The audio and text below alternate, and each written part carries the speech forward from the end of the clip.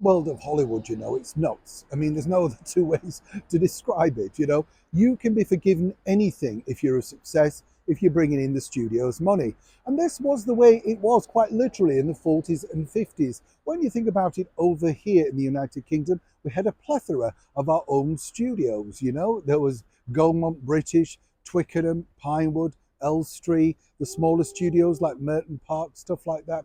People loved working alongside British stars. It was the big thing. And we told you a while back, of course, that Louis B. Mayer and MGM even decided to open a British version of their studios in the hope that they could get some British shine on it. Now, one of the biggest stars that originated from Great Britain was none other than the very beautiful Elizabeth Taylor. She was indeed a rare beauty and a consummate actress, albeit, of course, known far more for a rather flashy love life. Now, way back in the late 1940s, early 1950s, there was a duo that did incredibly well on British cinema screens. Anna Neagle and Michael Wilding. Absolutely the number one box office draw in the late 1940s. And the reason being is, of course, they were put together in these very clever, light, fluffy comedies, directed and produced by Anna's husband, Herbert Wilcox. In fact, Anna Neagle was such a big draw in 1947-48, she was named as the number one box office star. So re-teaming once again for their final outing in 1952, well, late 1951 as the production went into, seemed a very good idea. And this was called Derby Day, and it was basically going to be filmed at the famous Derby. The ones that the royals like to attend. A big thing to be able to get permission to film there, that they felt that being Britain's number one star, a little show dust would sparkle on that. You get the picture. At this particular point, Michael Wilding, the dashing, good-looking actor of so many big films, was now dating the very young and beautiful Elizabeth Taylor, soon to be married. Now, where it gets interesting is this. Elizabeth was over here as part of her MGM contract to make Ivanhoe. Remember that big film?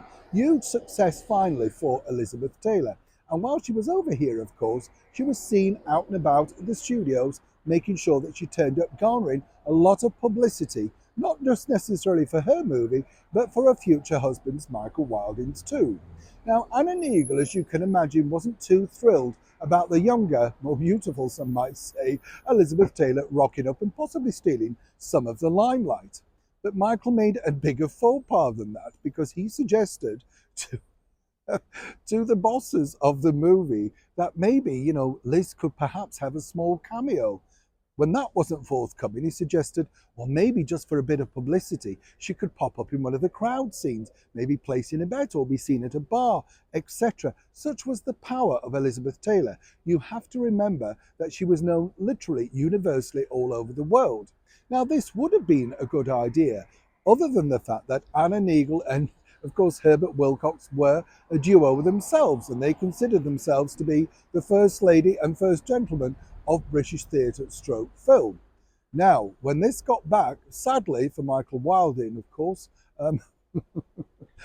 that wasn't going to be happening. Certainly not. There wasn't room, even for an extra role for Elizabeth Taylor. So that was very quickly parked. What's interesting to note, though, their final outing wasn't a huge success. And as, of course, Michael Wilding went on to marry Liz Taylor at Caxton Hall, garnering all of that publicity that could have been given to the movie, some might suggest that Elizabeth Taylor very much had the final laugh. Anna Neagle's career went on for a few more years, but she never reached the dizzy heights of what happened when she teamed up originally with Michael Wilding. And Liz Taylor was never to be mentioned under Miss Neagle's guidance ever again. Proof, of course, it could only happen in Hollywood. Neil Sean in the very heart of London.